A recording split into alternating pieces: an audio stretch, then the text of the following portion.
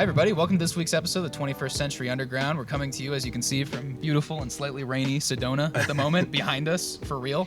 And as always, I'm Salvatore Arnaldo, the writer of the group, and with me... I'm Mike Villarreal, the audio guy of the group. Brandon Salas, the filmmaker. And today we have another special guest who is actually here attending the Sedona International Film Festival. He's a part of the official selection. He's here with his short film, The Lost Weekend. We actually met him in last August in San Antonio. Yes. And we decided to drive up here to interview him as he's touring here with his film. If you want to introduce yourself. Hi, I'm Ryan O'Leary, and that is all correct, everything you just said. Okay, good. Yeah. Good. No fuck-ups yet. And you were the, what was your role in the film? I wrote, directed, and unfortunately did some producing and editing on it, but that's what happens when you don't have resources. And do you want to tell us a little about like the background? Like, how did you... I mean, what is the film about first? So let's get into that. Yeah. All right. So it is a short film that's adapted from a feature film called The Lost Year that we'd been trying to make for a while. And in 2016, we had the first chunk of our budget raised, and we had a bunch of money that was supposed to come through. We had a few different actors attached, a few that ended up being in the short, and that fell through. So we had about a tenth of our budget just sitting in a bank. And I didn't realize at the time, when you have money sitting in a bank for like an LLC, you have to pay taxes every year. So every year we were losing hundreds of dollars. Sorry, I don't mean to interrupt. Yeah. 2016, you said? Yes, around 2016 is Wow. when it came fairly close to getting made. Variety wrote about it, and it was very exciting. But then our lead actor at the time bailed last second. It was horrible. So one of my producers had the idea. It's like, look, we can either make something with the money we have, because we just didn't make any progress of fundraising for about a year after that. Or we could do like a pretty good short because we had the money to like actually do it right. So at first I was like, I don't know if I want to do that. And then it was like, oh, wait, it's a good idea. It's a way to hopefully get people involved and to hopefully help fundraise as well as to make something. So just kind of pitched it back to the investors like, all right, you can have your money. We keep trying to raise money without making anything, but there's a chance we will literally have nothing to show, or we can do this. And they were all on board with it. So then we just I had to adapt it into a much smaller story. And it's this weird thing because like as a short, there's certain ways that it doesn't quite work because it's like kind of too ambitious for 14 minutes. But it was important to me to try to introduce as many elements from the feature as possible. That way it can work as a companion piece with the script. But that also, it doesn't always make for the most concise short. But yeah, and then it's about like this... college-age kid Charlie going through like his first significant heartbreak and then getting into the world of online dating while having a bunch of issues with his dad and family. So it's like a family drama disguised as a rom-com is how I kind of pitch it. Yeah. Right, I got you. I like that. Yeah. That's awesome. Well, actually, just for a little bit of information on you, Sure. what's your background, I guess? How did you get into the film and brought you to this point?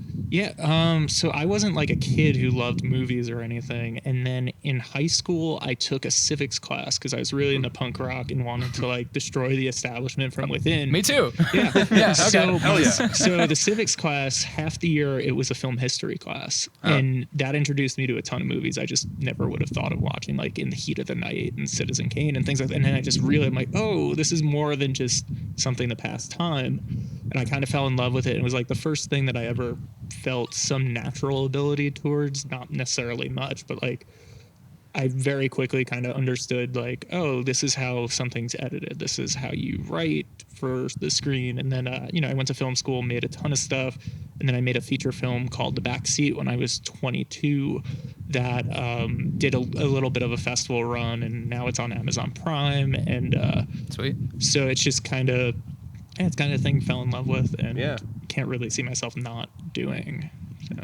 Right. So you've been through the festival grind before. Yeah, definitely. It was a smaller run than this, because it was like an hour and 44-minute feature that was made for like $30,000 and also was filthy, like extremely dirty and offensive, and probably had a lot of things in it that should never be said or seen. And so, yeah, and it was interesting going around with that because it kind of put me in a weird place when this one started screening places. I was so used to like having to defend myself or like offend someone. I'm like, oh, wait a second, there's like a handful of curses in this short, but it's right. not like.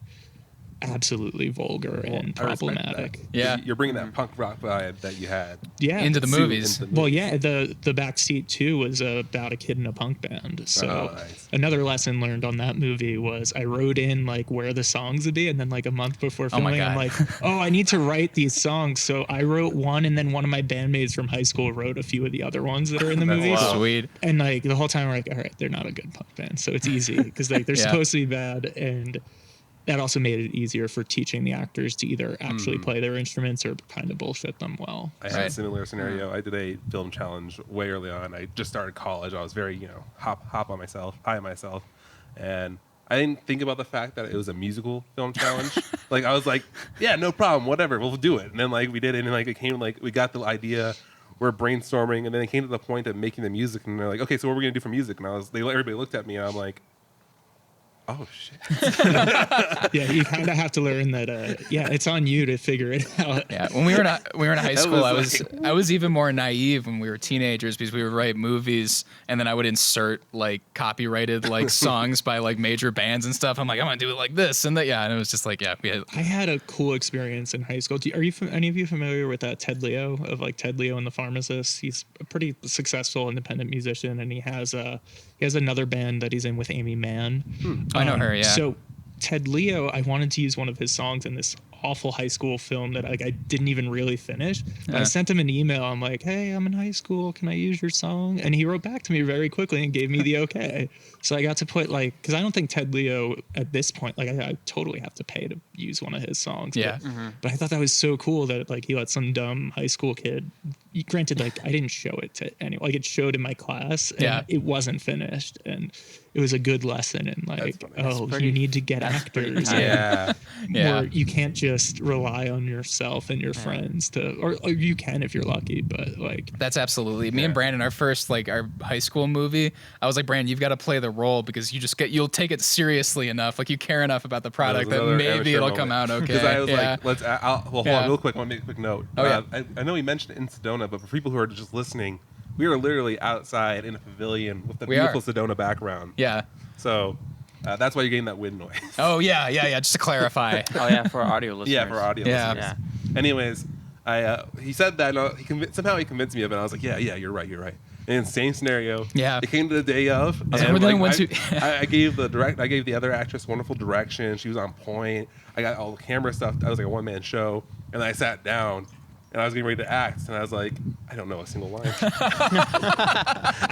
I find I always try to give myself some sort of little cameo in it, and it's usually like I try to make it someone who's being made fun of for like a second, but every time I do it, as soon as it becomes time for me to do my shit, I'm like, oh, I don't know how to act at all, and I don't know to not look in the camera, and this is a bad idea. Yeah, right.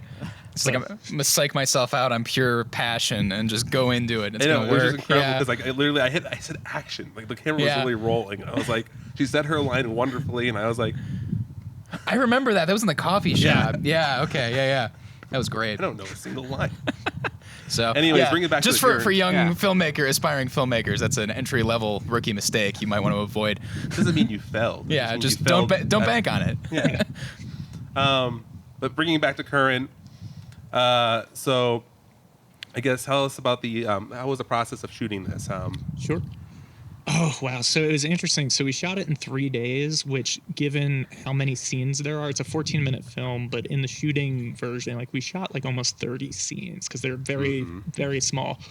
And we did it in 3 days, mostly because with our budget and actors' availabilities. And so we got really lucky where we had this great casting director, Adrienne Stern, and she managed to just get us this amazing cast where Kathy Curtin plays the main character's aunt and has literally like 3 lines, I think. Yeah.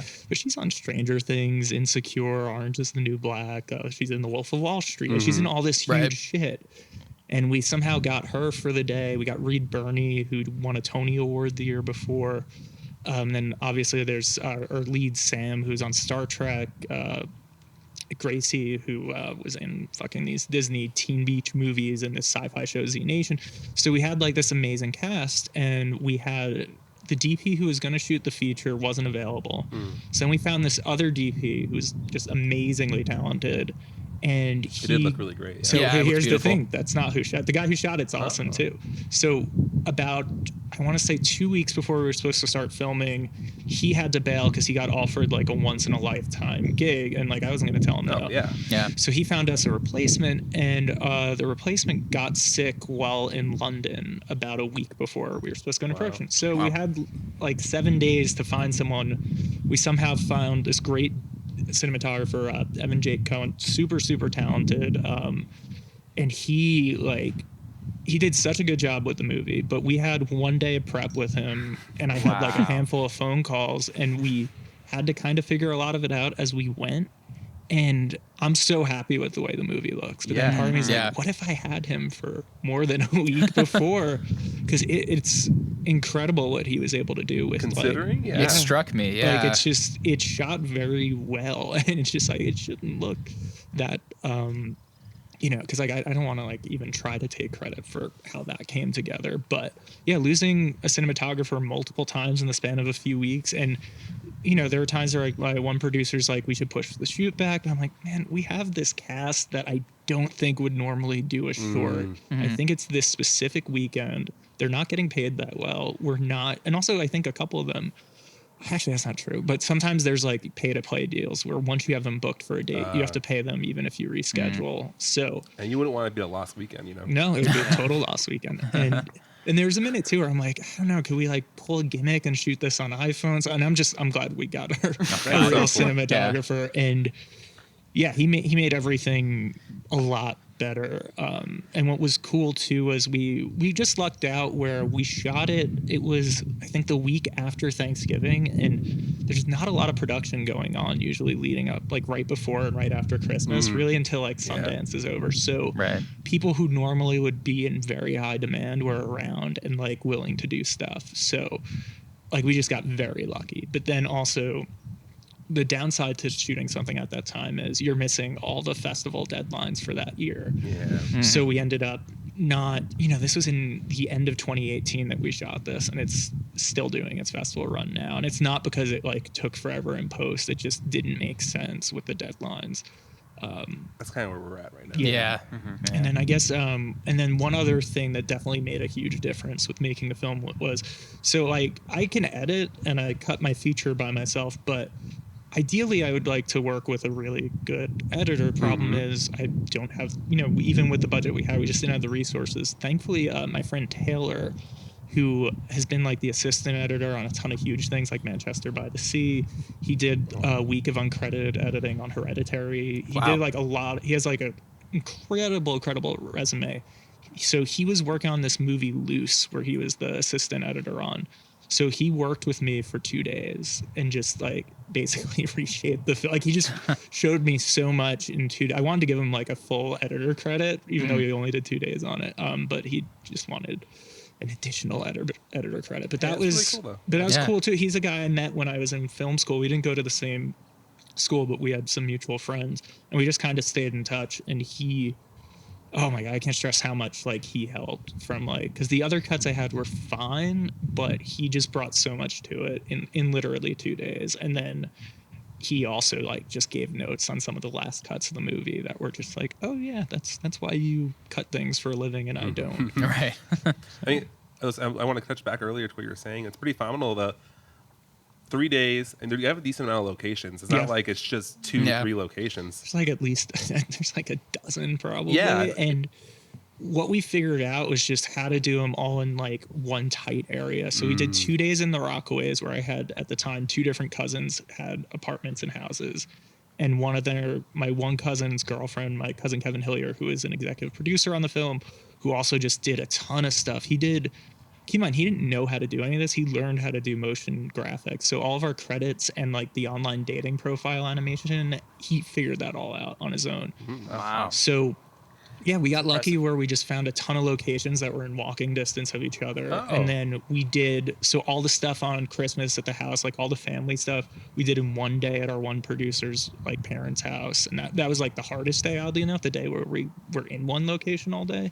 And honestly, part of that was let me be vague enough. So we had someone on the crew, because everyone on the crew was awesome except for this one guy who had to fill in for the last 2 days of the shoot because the person in his position prior to that had like another gig. And he was so not nice. He had to work with, I don't want to give away what his name is or what he did, but he had to work with the DP a lot. And he would like talk back to our DP and be like, I don't think that's right. And our DP is really good. And he also was a big part of why that day took so long, frankly. And of course, he was the one guy who demanded overtime pay. Right. So thankfully, my producer, Anthony Pedoni, who was supposed to be here this week, but he's not, he handled all that and didn't tell me about it until like it came time to give him the overtime. And he's like, here, he gave me this like crumpled up thing. He's like, go give that to whatever his name is. And I didn't know what it was. So I'm just like, hey man, I was supposed to give this to you. And it was like his overtime pay that he demanded, like all crumpled up in like a fuck you packaging. But anyway, that's, I don't know. It seems to be my luck on making things is usually pretty much everyone is excellent to work with. And then I've just, on my feature too, I had like one person who we couldn't fire who was just a tumor on everyday existence. And on that film, that guy actually tried and horribly didn't make any progress. He demanded a producing credit, and to try to not deal with him, we offered him an associate producer credit as well as co-producer, because he did a lot for the movie, but most of it was within his job title. But like, just to not deal with him, we offered him like, all right, you asked for a producer, we'll give you associate producer. And then eventually we're like, how about co-producer? He wouldn't accept it. So he got in touch with a lawyer, but it was a CPA of all things. So someone who deals with taxes sent me this nasty shakedown email that went nowhere. But something that I learned on that film, because at some point you learn to like vet your actors. Obviously you want to see that they're good and they're decent people, but on doing that feature, it's like, oh, you need to like vet your crew, especially if they're working for little to no money. Yeah, for because sure. all it takes is one person. And I can't get so many people cry on the shoot, because he was in a position where you could probably figure out what job it is because you're filming people, but he was in a position that is known for being someone who has to be a hard ass, and he has a tough job. But he was very cruel to a lot of people, including me. Brent's just having flashbacks over here. We've had our share, you know. Yeah. So, and then, not to like shit all over this person who, like, as far as I can tell, has made an effort to not be a complete dick. But one of the jobs he had, because like he burnt a lot of bridges in the year or so since doing that movie. So I heard he was cleaning up shit at the Grand Canyon for a living. Oh my god! Which I didn't know is like a job. Yeah. And maybe someone was just telling me that. Yeah, just like picking up like, I don't know if it's donkey shit or whatever. That sounds like a myth, like something that would happen to an asshole in a myth. Yeah, and then now I hear he's out picking up shit at the Grand Canyon. Yeah. So just know, anytime you see someone at one of these things, be like, oh, we just had the best cast and crew. There's usually at least one shitty person who like you can't really talk about, or if you do, you have to do probably better than I'm doing at covering up what job they did. Yeah. Or God forbid if they're one of your actors. It's always somebody essential, I feel like, you know, just like, in a funk, well, you know? And honestly, one of our actors who's, and I'm saying actor, not saying that's male, female, but it was someone who was only on the shoot for one day, someone with a lot of experience who's very talented, just was having a terrible day. Like, this person literally stepped in dog shit the second they got to set, and they were in a bad mood because of it. And we're not, I wouldn't say difficult, but you could just tell, like, oh, this person who is in a lot of like quote unquote real movies and TV shows probably just realized how little they needed to be here. Right. But also, like, that person was still cool. Like, that person was way easier to deal with than the shitty, you know, crew person on that shoot. Well, I frequently talk about this a lot, and I think it's all about having a good attitude on set. I try to actually make that my selling point when I get hired. Like, that's why I tell people I'm not gonna come and have a bad attitude, whether I'm having a bad day or even if I'm just being a PA. I'm not gonna like use that as my platform to like piss and moan the entire day. It's an opportunity. I'm going to do my best job. Doesn't matter if it's like $10 an hour to $100 an hour. Like, I'm going to give you my best foot. So I got a job straight out of college that I was very underqualified for, so I was an intern on this feature called The Music Never Stops. J.K. Simmons was like the lead in it. And it had like a few $1 million budget. I got paid nothing because that's what they do. Right. And one of the producers called me about a year later, and she calls me on the phone. She's like, how would you like to work on a reality TV show in Hawaii? And so I go to the interview, and I kind of figured out what the show was beforehand, but she didn't tell me. And at the interview, like after the interview, she's like, I'm gonna be honest, the reason why I want you on this is because it's a very stressful job and I know you won't lose your cool. So the show ended up being Dog the Bounty Hunter. Oh my God. Within like a days of that interview, I was flown to Hawaii. But I didn't realize until the second day working in the production office that I wasn't a PA. I was the production coordinator. Yeah. With no experience that would make sense for me to be doing that. That's awesome. And I'm like I'm supervising the gear getting shipped from New York to Honolulu and like all this important stuff. And I thought I was making a lot of money because it was like a weekly rate, but then I broke it down. I'm like, wait, that's not. And I ended up, long story short, I ended up like quitting in Hawaii within a week. And it was horrible because I learned very quickly. I was lucky enough where everything I worked on before that were films. So like people mostly wanted to be there. On a reality show, no one wants to be there. Yeah. Especially something with that show was on the air for a while at that point. And it's not like the dog or his family were shitty or anything. But it was just like clear that everyone was tired of it. And also that show is more or less real. So like when he'd go out like bounty hunting people, you don't know when that's going to happen. So you're just sitting there. And then like we flew to Maui for one day and flew back because he couldn't find the person he was looking for. But anyway, but my boss on that was just very upfront where like, I'm giving you this job because you won't lose your shit. And that was it. But also, he didn't even tell me what job I was applying for. I thought it was just going to be like her assistant or something. And yeah, I didn't realize until like the second day that I was a production coordinator. That's pretty crazy. Yeah. So reality TV, what can you do? Yeah, it's true. It's messy. How's the tour been? Oh, like taking the festival run. It's been good. It's been a lot. It started where we weren't getting into anything. Cool story here. My producer, Anthony Pedoni, has a connection with someone at Tribeca, and he got us like a waiver to submit. And so we submitted the movie, and I didn't necessarily think we were getting in, but I was like, if we did get in, I know I would chalk it up to just having a connection. So I don't hear anything from Tribeca, and like no rejection, nothing. And then they announced their slate of films, and it's like hundreds of things. So I searched their press release for Lost Weekend, and it comes up, and I'm like, holy shit. And then I start reading. I'm like, that's not my movie. And it was a short documentary about these guys who won this contest to see Van Halen in the 80s. And then sure enough, that doc ended up playing at a number of festivals with us, and it causes confusion. And I finally saw it a couple weeks ago, and it's awesome. It's really, really good. So that was the start of the festival run, was thinking that we got into Tribeca. And then it kind of, once, similar to when I did my feature, once it started to get in places, it got into more, and then festivals, a few have approached us. And then like, honestly, this wasn't one I thought we were getting into. And it's been cool. I met a lot of good people. And it's weird too, because some of the bigger festivals that in some ways have been better screening experiences haven't necessarily been where I met the best people. This one, I'll just be vague. It's not the one we met at, but a different Texas festival where the projects really weren't that good. I met like the best, biggest connections, including someone who like gave me an amount of money, and he's like, if you make something in the next year or so, I will give you this much towards it. And this is just like a cool guy who like is a filmmaker himself.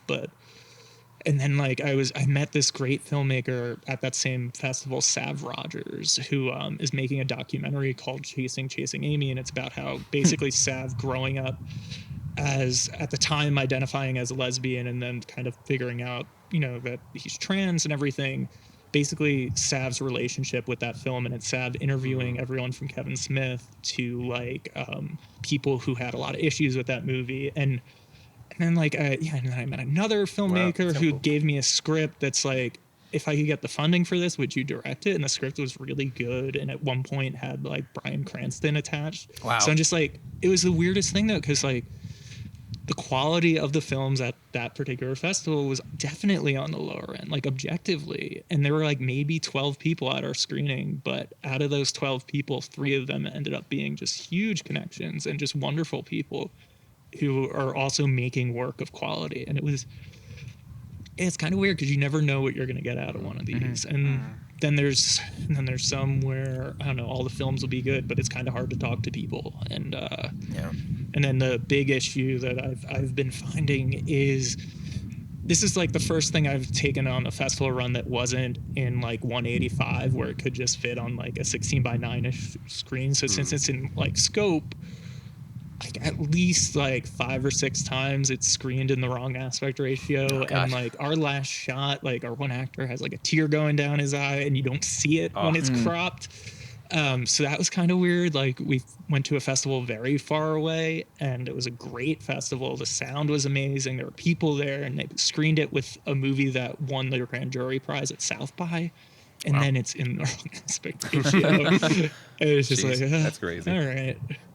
But also, I don't know, doing like a festival run, like this happened with The Backseat as well, where I realized for all the pain you put in the color correction and sound, people are, forget about festivals, no one fucking knows how to calibrate their TVs. So I guess that could tie into one particularly bad festival experience. So this was a film festival that was about a 2-hour drive from where I live, and we didn't get nominated for any awards, and they put us on at like a block on a Friday at 10 in the morning, then 11 in the morning and a Saturday. So that's when you know, like, all right, no one's going to be there. Right. So I go to the first one, and I get there late because like I hit some traffic, and there's like a dozen or so people, and the shorts, I don't know, it's like a mixed bag. But then once it ended, it was like on a loop, so there wasn't a Q&A. There wasn't really a position to be able to talk to people. So I'm like, this sucks. So I ended up going home at like noon. Also at the same festival, I had postcards with our screening information, and they wouldn't let me leave them on the table, like on any of the tables in your registration. They're like, all right, we'll put it in the lounge for you. They didn't tell me where the lounge was, and I couldn't find it. So anyway, the second day of that festival, I had one of my executive producers go with me. I gave him the warning. I'm like, dude, this kind of sucks. And we get to our screening room, and it's on like a 50-inch TV in a conference room with the motion smoothing on, brightness full, but there's a lot of people. Like it had a great turnout. And so we're sitting there, and I didn't see the first half of the block the previous day because I was late. But this time we're sitting there, and this documentary is playing, and it's just not ending. It's supposed to be a block of shorts, and it's going on for 35 minutes. Finally, someone at the festival realizes they started the wrong block. So they restarted from the beginning, like what the block was. So by the time my movie played, people were sitting there for 2.5, 3 hours. And it played well. The Q&A went well. Some like nice older ladies were like asking for pictures with me and stuff, and it was cool. But it was this weird thing though, where it was on like a TV that you would have in your bedroom. 50-inch? Yeah, like 50, like with almost 12 people, like. But it was like a lot of people. That's the thing. There were like 50 or so people in this conference. Like what? it had a weirdly good turnout. But it had the motion smoothing on, so every movie looked like shit. Because sometimes I'm watching the other ones, I'm like, man, they shot this terribly. Then I see my own, I'm like, oh, the TV is wrecking it. And then you realize with things like motion smoothing, it also makes it make your actors look like they're doing like a worse job. But it went oddly well. And then sure enough, one of the people who talked to me after screening who loved the movie was the guy who runs the festival's mom. And it was a first-year festival, so you know I'm always willing to cut slack for that. But it was just weirdly shitty, and like there was really no effort. Like they sent a lot of emails to us ahead of time, but once you got there, like what I like, so like I haven't met the people involved with Sedona yet. However, the founder of the festival called me on the phone and left the sweetest voicemail telling us we got in, and I have a feeling when I see him, he'll actually say something that clearly shows he watched the film, which like at a good amount of festivals you do get that, but it's you don't.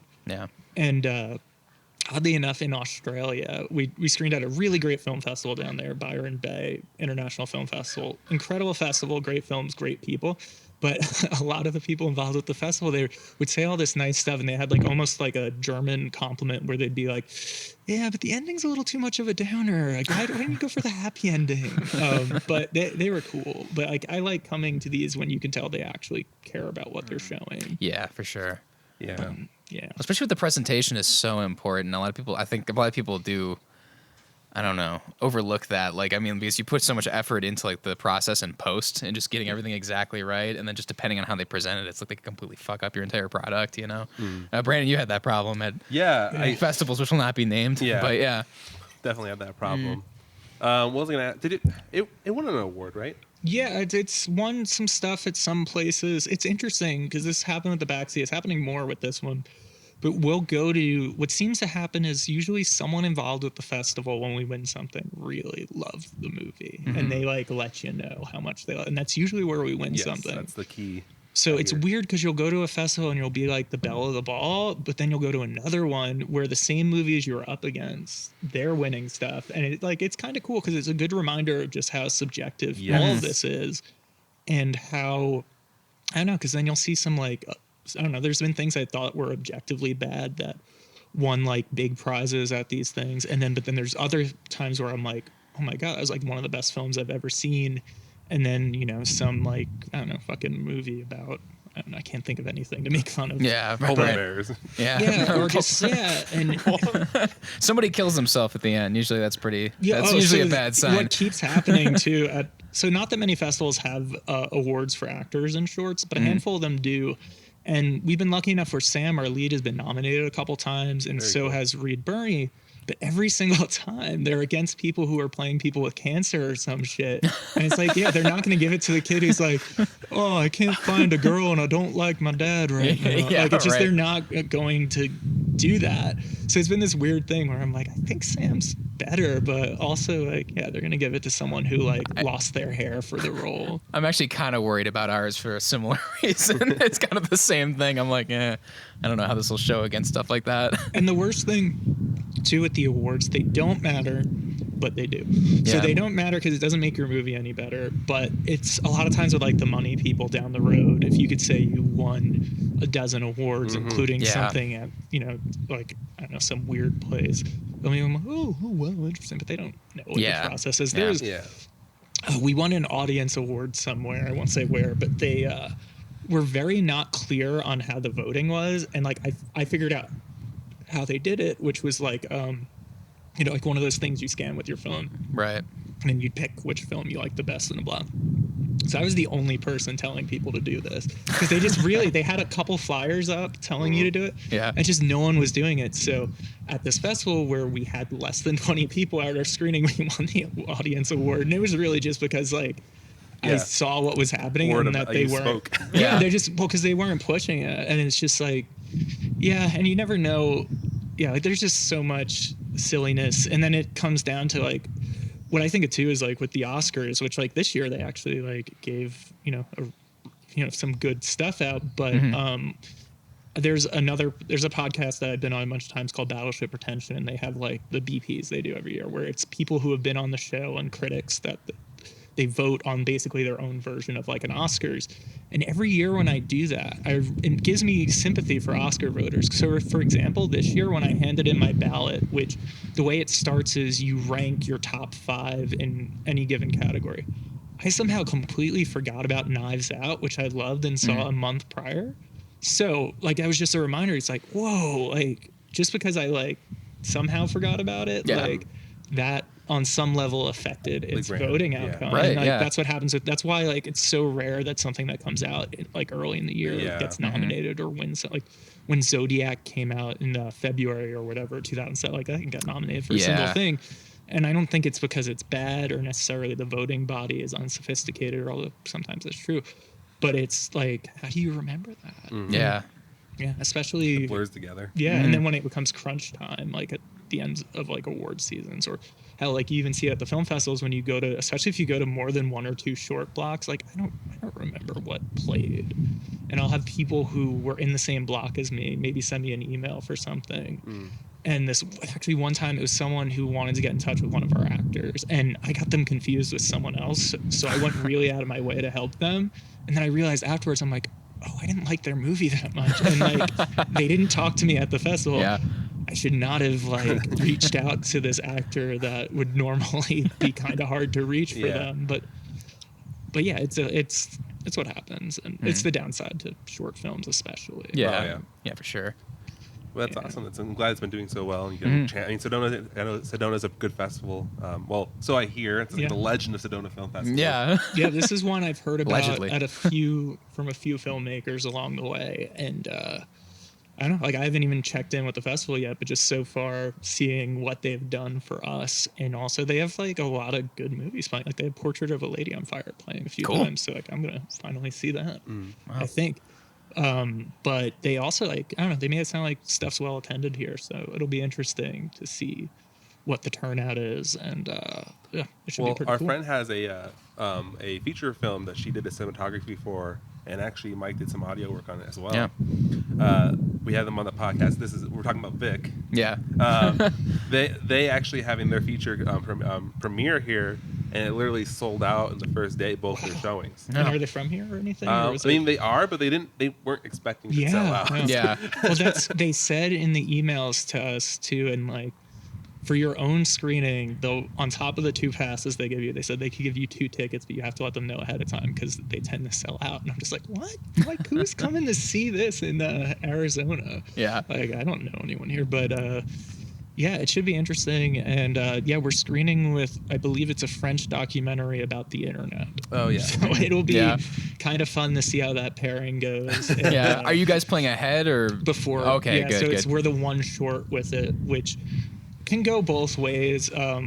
At one of the festivals, we played with a really good feature, but it was just us and the feature. So what they did was they had both of us get up for a Q&A, and they asked me like 2 questions, but instead of having me sit down, they had me stand there. So I had to just stand there for like 40 minutes for this feature's Q&A and just be like, yeah, just nodding? wow. Yeah. So I had nothing to say because most of the questions were for that filmmaker, understandably so, because it was a great movie and it was like an hour and a half long. It's a feature, yeah. Uh-huh. I'm just Yeah, like, I've It's a lot to talked unpack. for the length of my short. It was funny too. The moderator of that, this really sweet man, he apologized to me the next day. He's like, "Oh, I'm sorry.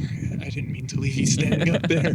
But it was fine. But it was so awkward because I'm just standing there like nodding my head. Yeah. Trying to figure out what to do with your hands. Where Question for the guy on the corner. What are you doing up there? yeah, and it's just like I went to once with an actor. Oddly enough, it was the actor who was going to be in the feature version of The Lost Weekend, The Lost Year, who was attached. He was this child star, and he like kind of sucked as a person. But he invited me to the premiere of this, I want to say, Chilean movie.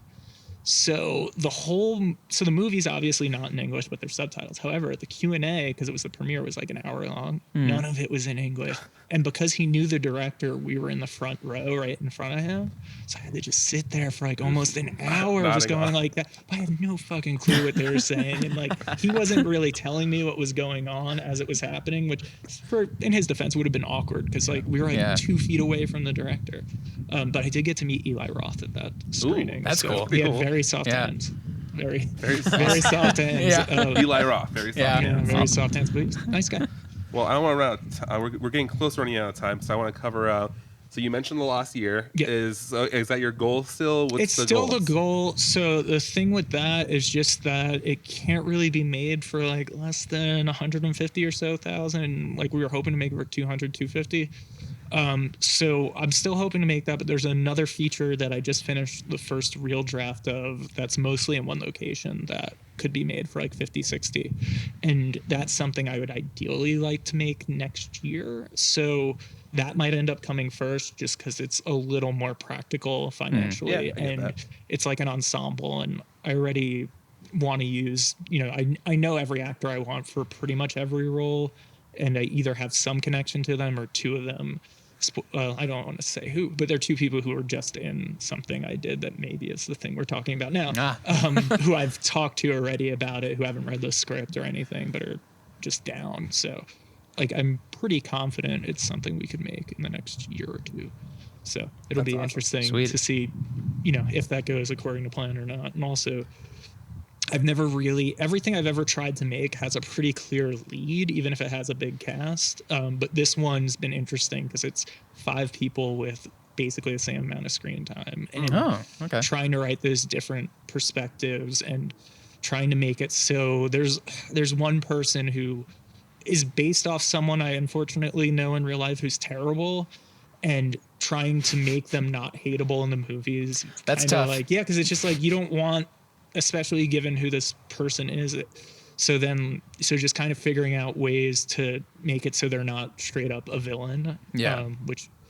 It's been definitely challenging trying to write it, but yeah, it's been a process, but I think I have a feeling that's going to get made before the last year, unless, who knows, we're here in Sedona, people will see the short and maybe give us that money. Yeah, because for the last year, what's cool about that is some of the actors, like for example Grace, who played Maggie May, it's like in her deal that her agents had her sign, is like if the feature gets made, like she gets first choice on that role, which is what I want anyway. Yeah. And also she's become like a good friend, so like there's no doubt in my mind she would do it. But so that's kind of cool.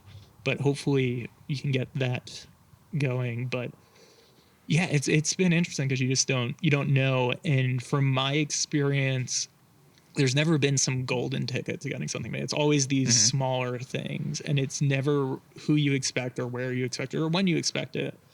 And like, yeah, like this one person who expressed an interest in kicking in decent chunk of money towards something I made. Like, you know, he was just another filmmaker, and he's just someone I was having lunch with months after meeting him. And, you know, I was trying to tell him what the stuff was about, make it sound good, but it definitely wasn't like a pitch meeting. Yeah. So it'll be interesting to see how that comes, and then just, you know, maybe Sedona will be the magical. I've heard tales of investors. I've heard tales of people writing checks in the room for projects here. Which Wow. is, like, I am sure that won't happen because I've been thinking it could happen here. Yeah. But you never know. Yeah. Hey, we'll update you. This is the land of later myth. on in Yeah. episodes if we find out. Yeah. Right. Yeah, and well, that's the other thing. You also never know. Like, I Yeah. can't tell you Yeah. how many times with the last year too, there is one actor who is going to play the dad role for the feature, and he's someone, when we offered him the part, and he's like a name, he's someone you would know, Right. And he initially wanted way too much money, so we said, we can't cast you. And then 2 months later, we get a call from his assistant being like, you know, so and so wants to maybe come on as a producer and investor as well as making it. So we had a few months where it looked like he was going to give us money and resources, and then sure enough that fell through. Then he stayed attached, but then when we wanted to do the short version, he didn't want to do the short. Right. And that was it. But that guy was cool. I had nothing bad to say about him, and I'll tell you his name off mic. Although honestly, if you just Googled the last year and my name, you could figure out who these people are. Yeah. Because The internet exists. Yeah. I mean, you could find stuff. Yeah. But it was cool that didn't come through, because we got to work with Reed Burney, took on that role for the short, and he's just like, I really think he's giving like a real like awards worthy performance in like the 3 scenes he's in the short. Like it's Yeah, he was insane good. how good he is. And I'm happy with all the actors, so I don't want to downplay any of that. And the other, I always try to talk about this with the actors, because it's a good example of like, don't be afraid to like ask people to do things. Because so the actress who's in the short version, her role is just that first scene. Her name's Libe Barar. She plays the ex-girlfriend of the main character. Yeah. So she was on the list of people for that role, and she was on Sneaky Pete, Parenthood. Like, I recognized her from stuff. And the thing is, this is a role where all we could pay was scale. It was 1 day of filming, and she was living in LA and we were shooting in New York. And I was talking to my producers, and I'm like trying to justify covering her expenses to come out for the shoot, but it didn't make sense, because that money could go towards anything. So long story short, she ended up saying yes, paying for her own airfare, which definitely cost more than what she got paid for the day. And that just happened because we asked her. And also, it didn't necessarily don't get me wrong, she liked the script and was awesome. But she was upfront. She had like a bunch of reasons why she wanted to be in New York at that time, and she's like, yeah, I'll do it. So like, you never know, because like, I feel like for that kind of thing, like, you just don't know who you're gonna get. And then the first, in like the dating sequence in the film, the first date he goes on, she has like she's talking about being a vet tech. That actress was actually friends with one of the other actors, and she straight up like had an arc on House of Cards, and she did that for free because she was friends with one of the guys involved with the movie. So it's just interesting to see. Like, I wish I knew that sooner. Like, oh yeah, you could just ask these people to do stuff. And granted, it helps if you have a casting director or someone of note involved, but you never know who's going to be cool and say yes. But yeah, That's awesome. Yeah. I know I've been kind of an interview hog. You guys have some questions? I mean, we covered a lot. Yeah, there's a lot of that Did got we- covered. Did we get into just, I don't know, that might be of interest to the audience, but I mean, you've been going around the world with the film too, as far as like the festival circuit. Yep. You know, I mean, is there anything you want to say about any of the, I don't know, foreign film festivals that you've been to or So overseas? I've been to, for this film, I've only been to one outside of the country, and that was Byron Bay, Australia, which was awesome. Super cool people, great festival. They also understand that you're kind of there for vacation too. So they have a ton of like extracurricular activities on top of the films. We're going to the Manchester Film Festival in England next week, which is exciting. Wow. And they have like Joanna Hogg's going to be there. Like, they have like a pretty cool list of people. And then the Ferrara Film Festival in Italy we're screening at. And I've been doing I just finished the Italian subtitles, which has been the bane of my existence. They did the translation for me, but having to, not that it's hard to put subtitles in, but having to figure out if they're on the screen long enough when you don't know the language is very difficult. Oh, absolutely. But so that's the other international one coming up. I'm pretty excited because I've never had anything screened somewhere where it's not, an English speaking country. So, and it just hit me too, because I was, watching Bong Joon-ho on the awards circuit. I'm like, oh shit, in Italy, I'm probably going to get a translator for the Q&A. Yeah. So like, that's so exciting. That is pretty cool. I'm trying to think of like how to, without being mean, fuck with a person, get them to like say horrible stuff. Yeah. I don't know when that'll happen again. But wonderful. The other thing too that's interesting going internationally, you just don't know if the sensibilities are going to line up at all. So like, and I've been trying to prepare. One of my executive producers might make the trip to Italy, and I told him, I'm like, granted, like Cannes isn't this festival, but you always hear in Cannes how people, they boo the movies while they're playing, or they get up and do like 10, 20 minute standing ovations. Yeah. So I'm like, I think we're going to either like get our ass kissed beyond belief, or people are going to be shitty. Like, I don't think there's an in between. Yeah. And well, that is the French versus the Italians. It's hard to say. It's hard to say how this will cut. Yeah. And then it's also just weird seeing these emails they send out, which the emails will be in English, but then I'll click the link to the website and it's all in Italian. And then I saw, so their opening night movie is some movie with John Travolta and Morgan Freeman. So they have like a list of like noteworthy actors who are in the movies there, but it reads like they're going to be at the festival, and I don't think they are. Yeah. But they put Reed Birney on the list of like the 7 or 8 actors. So I should probably send that to Reed and be like, look, you're in really good company. But so internationally, this is definitely interesting. And it's also interesting to see the movie played in Napa Valley like 2 weeks ago. And just seeing it not play well to a room of very wealthy white people was interesting, where it's like, of course it wouldn't translate. So that's kind of fun. But we'll see how it goes here in Sedona. What's I guess on a more emotional notes, are you surprised? Has it surprised you, kind of being where you're at and how you like came into the film festivals and the film world, I guess, in general? I guess like it's going more like I'm going to places I never thought I'd be to here. Like I wouldn't think I'd be in Sedona or ever going to Italy or Australia. Like that's all been surprising. But then what's also on top of that is just like, it's still no like golden road to success or something. Like it's exhausting, and even like there's times where like you'll be somewhere and be like, I don't want to talk about like in this condition I do, but like the thing where you run into another filmmaker that you haven't talked to yet, but it's at like a mixer for a festival where you just have to like kind of pitch and pretend to be interested in what they're saying. And then so like it's been cool and inspiring. And like one thing that I wish I did on the backseats run that I'm doing more now is, since most of the time the screenings do go well, even if you have a bad movie, people are going to be nice to you. So it's nice to have that extra confidence now while writing another thing where it's like, okay, it's not going to be like a disaster.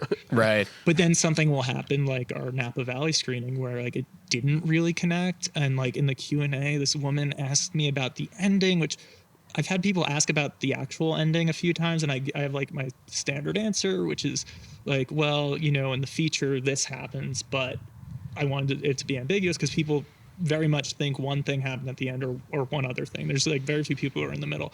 But then she proceeded to ask, but like, why was he like ignoring the call from the girl? It was just like this thing where it's like, oh man, I fucked up if like this person couldn't follow a very simple story at the end there. But yeah, it's been great and inspiring, and it definitely, for sure, I'm gonna have to just learn how to brag about this better when it comes to like certain meetings or like, it's interviews. That's its own gigs. skill almost. You know, like, I try to be modest, and then but you have to sell yourself. You don't want to follow. You don't. It's just it's balancing it out. You don't want to get like just become a total dick. And like, hey, listen, I don't care about your film. Listen about my film. Yeah, right. I find it's easier too, and especially on this one where like the actors are great people with like good credits. It's like, okay, I can praise them so much, right? And I won't look like a dick, but I'm not gonna be like, oh, I made this great film. Yeah, where my direction was so good. Like, what a masterpiece. Yeah. And also, like, you know how it goes when you start screening at places, you see things that you did wrong, and like technical mistakes, practical mistakes. There's a lot. There's like in the sequence at the end, there's some real home movie footage, and my girlfriend pointed out to me, she only noticed it recently, and it's like kind of mumbled, but you actually hear one of our actors get referred to by their real name. And it's because it's Reed as his name, but it sounds like she's saying, there's daddy, he's great. But my girlfriend thinks he's saying is, there's daddy, he's Reed. Neither of those really make sense to me when in a home movie of this baby just being born. But one of those is true, and I think it might be Reed, which like, oh fuck, how did we not that I would have done anything with it, but just to be so unaware in your own, and, it's a short film, it's not a feature, so in 14 minutes, like it took dozens of screenings to realize that, oh, the actor's name is being said in the film, but no one can tell. And also, the other thing is, no one cares. No, the audience, they care to an extent, but like if you're in a block with like 10 other things, they're either going to be on board or they're not. And you just kind of have to sit there. And I'll tell you this too, every screening, I can feel fine going into it or nervous going into it. When it plays, it's not fun. Like the actual experience of watching it with the crowd, when it goes really well, which we've had some where you can tell it's going really well, it's great. But then there's some where it's quiet. And since it's a bit of a drama more than a comedy, that isn't necessarily a bad thing. But like sitting there, it's just like, oh my God, this might be bombing. Yeah. I don't want to show my face to these people. So it's weird. And then, just learning how to take compliments, and then also the balance of seeing other people's films who sometimes you really like, but sometimes you don't. Yeah. The little trick that I've learned though is there's in pretty much anyone's film, there's something good about it. And I always just try to find that. But then every now and then you get to see some cool stuff. So, yeah. Like I really hope this feature we're screening with is good, since I'll have to see it twice this week. And I think it will be. Well, I'm excited. That's awesome, man. I was really happy when we met you. As far as people, as far as the whole networking thing goes in festivals, I feel like you actually and Herman. Yeah, I was there with Dan Herman, and then our friend Greg too, who has a different project who we had met there. I think we met him in San Antonio. Yeah, but I think we all met like at the same time. Yeah, it's like pretty nuts. At that jazz bar. Yeah. And I feel like, as far as people go, I'm not saying just because you're on our podcast show, I did feel like you guys are much more down to earth and genuine than most people I ran into at this point. Yeah, like I enjoyed talking to you guys. Yeah, for sure, for what that's worth. Yeah, appreciate it. And like same thing with you. And and we definitely at that same festival too, I saw some people who were very high on their own supply well, it's like, if you're as self-satisfied with your film as you're pretending to be, why are you gonna make another one? You know what I mean? Like, you're kind of like almost operating off of, well, it's just like too, like, fucking David Fincher isn't sitting back, and he's like a perfectionist. He's not sitting back being like, yeah, I did it. It's like, no, he's tweaking everything down to the wire, and is probably not content with anything he's made. No, you shouldn't be, I don't think. Yeah. The Finch got this one in the bag again. Yeah. So, dude made Zodiac. No, I know, right? You can stop now. Yeah. Well, as much as I love to keep on going, we probably should wrap. We should probably wrap it up. I'm not gonna lie, I'm actually pretty dang cold. I'm gonna get a little chilly. Yeah. And, we're masking it. Yeah. You might see us shivering if you're watching us though. Yeah, we may be in the desert, but holy shit. Yeah. It's icy. I still have to check in with the festival. Yeah, exactly. Oh yeah, you better get out of here, man. An hour. Yeah. So, but yeah. All right. Well, thank you for being here, and congratulations on your success so far. Yeah, it's a great film. Thanks. And then, just keep making stuff and send it around, do things, because you never know. Yeah, Yeah. absolutely. For Is sure. there any way for anyone to contact you? Sure. The Bloody Mess on most social media is me, so Twitter, Instagram, etc. And then the movie has a Facebook page where that's usually the best place to just get specific posts, Right. Which is like the Lost Weekend movie on Facebook. And that's pretty much. I have a very out-of-date website that is not good. RyanO'LearyFilms.com hasn't been updated in years, so you could look at that. See an old demo reel or two? Oh no, thankfully no. Those are hidden. Those are long hidden. But Yeah. you could see posts as the Backseat was doing its festival run, okay. and not Okay. a single thing about this film because I've been waiting to get a new website. And it's in the making. in the It's works. Right. It's in the works. Yeah. Right? Okay. All right. We'll all right. link we'll link everything that you just said into our description, so for our Yeah. audiences can check Thank it you out. so much. Sweet, yeah, man. thank you, Thanks dude. for having me. It's been awesome. All right, great. And as Yeah. always, did you have anything else you no, wanna- I was Oh, yeah, okay. I was going to say, you can follow us at Facebook at 21st Century Underground Podcast or at 21st Century Underground on Instagram. And that is a wrap for today. Yeah. Say goodbye to Sedona. Yeah, Yeah. all right, this beautiful scenery over here. So We're gonna get somewhere warm and also eat. yeah, exactly. Yeah, I need coffee. So, all right, have a good one, everybody. See you next week. Thank you. Bye. Bye.